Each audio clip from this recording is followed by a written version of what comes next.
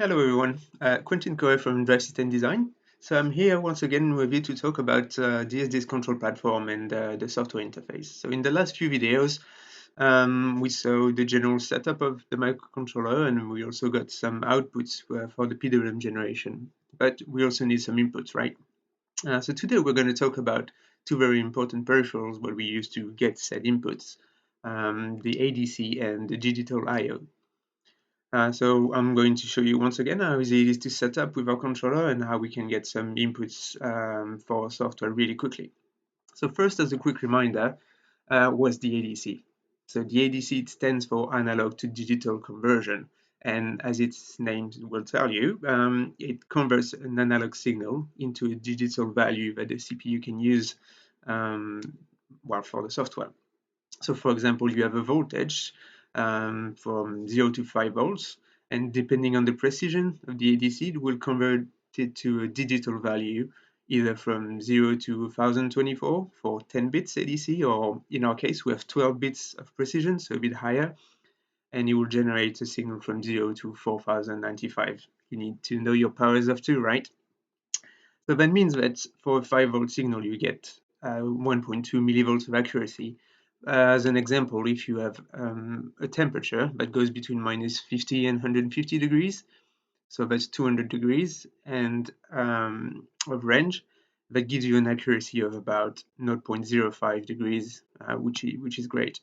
And you have the same kind of accuracy for currents. So on top of that, one of the cool things we can do with the Infineon platform is that we can sample multiple channels at the same time, and they can be triggered by your PWM generation. So it's great for the motor controller because that means that you can sample all three of your phase currents at exactly the same time, and it's very important for the motor control. And before we start the demo, just a quick word about the digital I/O. They are basically inputs and outputs that can be on or off, and so we can also very easily read them into the software. So let's jump into the demo. I'm going to show you very quickly what we can do. So we're going to read some fake phase currents, so just sinusoids, and then some kind of temperature, and then a flag that will be like if the temperature is above a certain value, it's on, else it's off. So I'm gonna go back to my corner, and here's Simulink. So it's a bit bigger this time, so I'm not gonna do it live. Again, we have our initialization function, and so we set up the ADC here. We just drop one block, then the interrupt source to trigger the ADC based on the PWM. Here we just have a PWM output, but we don't care about it. We just want it to trigger the ADC. And then we have what we call the ad hoc ADC. So it's just going to be converted when we request it. We have a nice drop-down menu with all the different analog inputs that we have. And then we have the IO pins that again we can configure really easily. We just need to know where they're connected in hardware, if it's an input and an output, and that's it.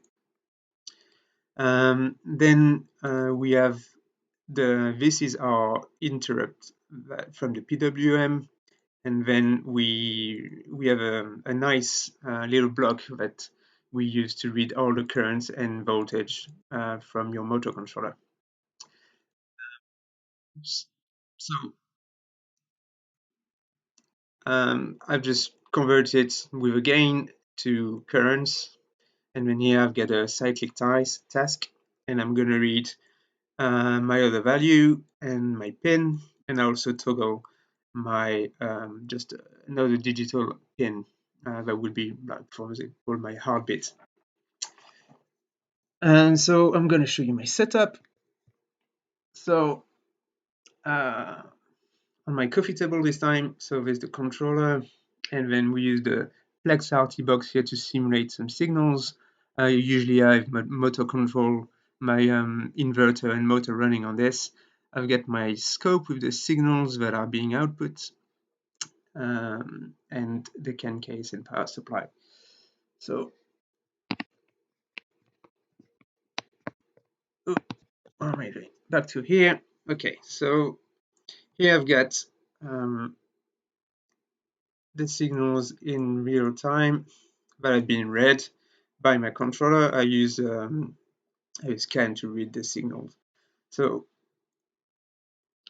I'm reading my three voltages, currents actually, and I read also my fake temperature. And then I've got a digital IO pin, digital pin input set up, as I said, like another temperature flag. So yeah, that's pretty much it. It was really easy. Again, it took me a few minutes to set up, and then we can just read lots of things into our software. So hope you learned something today again. And next week we're probably going to talk about the CAN, which will be very interesting as well. All right, see ya.